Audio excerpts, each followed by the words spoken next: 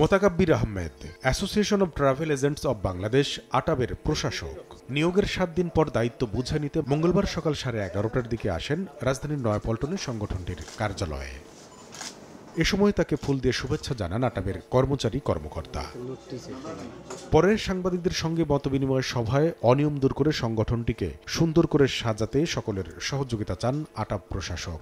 ৪,০০০-এর অধিক মেম্বার যে দলের মতের থাকেন না কেন, আমি আশা করব যে আমাকে সহযোগিতা করবেন, আমাকে মিসগাইড যেন কেউ না করা হয়। সকলের স্বচ্ছ সহযোগিতা চাই, কারণ আমি একা তো আসলে এই অফিস চালাতে পারবো না, একা তো র্যাডিক্যাল চেঞ্জ করতে পারবো না যদি সহযোগিতা না থাকে। এ সময় জানান, স্বচ্ছ গ্রহণযোগ্য নির্বাচনের মাধ্যমে নতুন কমিটির কাছে দায়িত্ব হস্তান্তর করতে চান তিনি।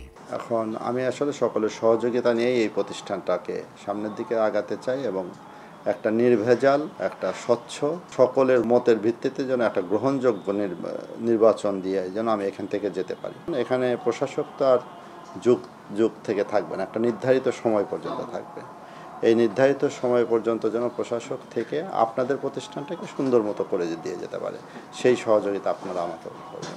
যারা এতদিন প্রশাসক চাননি, ব্যানার পোস্টার মানববন্ধন করেছেন, তাদেরও আলোচনায় বসার আহ্বান জানান আটাবের এই কাণ্ডারি। মিডিয়ার মাধ্যমে দেখতে পেয়েছি যে একটা পক্ষ দেখলাম ব্যানারটা করেছে, মানববন্ধন করেছে, তাদের সঙ্গে কথা বলার চেষ্টা করেছে, আমি আসলে তাদেরকে রিচ করতে পারি নাই। সরকার সিদ্ধান্ত নিয়েছে তো আসলে সকল পক্ষের শুনানি নিয়ে, সকল পক্ষের বক্তব্য নিয়েই প্রশাসক নিয়োগ করেছে। আমি তো কোনো পক্ষের না। আপনাদের মাধ্যমে বলতে চাই, যারা প্রশাসক চাননি, আমি তাদের সঙ্গে কথা বলতে চাই যে আসলে কেন চাননি। তাদের বক্তব্যটা আমার শুনতে হবে, আমি তাদের বক্তব্যটা শুনতে চাই এবং তাদের কাছ থেকে আমি সহযোগিতা চাই। গেল ৪ আগস্ট আটাবের পরিচালনা পর্ষদ বাতিল করে প্রশাসক নিয়োগ দেয় বাণিজ্য মন্ত্রণালয়। আদেশে বলা হয়, উপসচিব মোতাকাব্বির আহমেদ ১২০ দিনের মধ্যে সুষ্ঠু ও নিরপেক্ষ নির্বাচন সম্পন্ন করে নির্বাচিত কমিটির নিকট দায়িত্ব হস্তান্তর করবেন।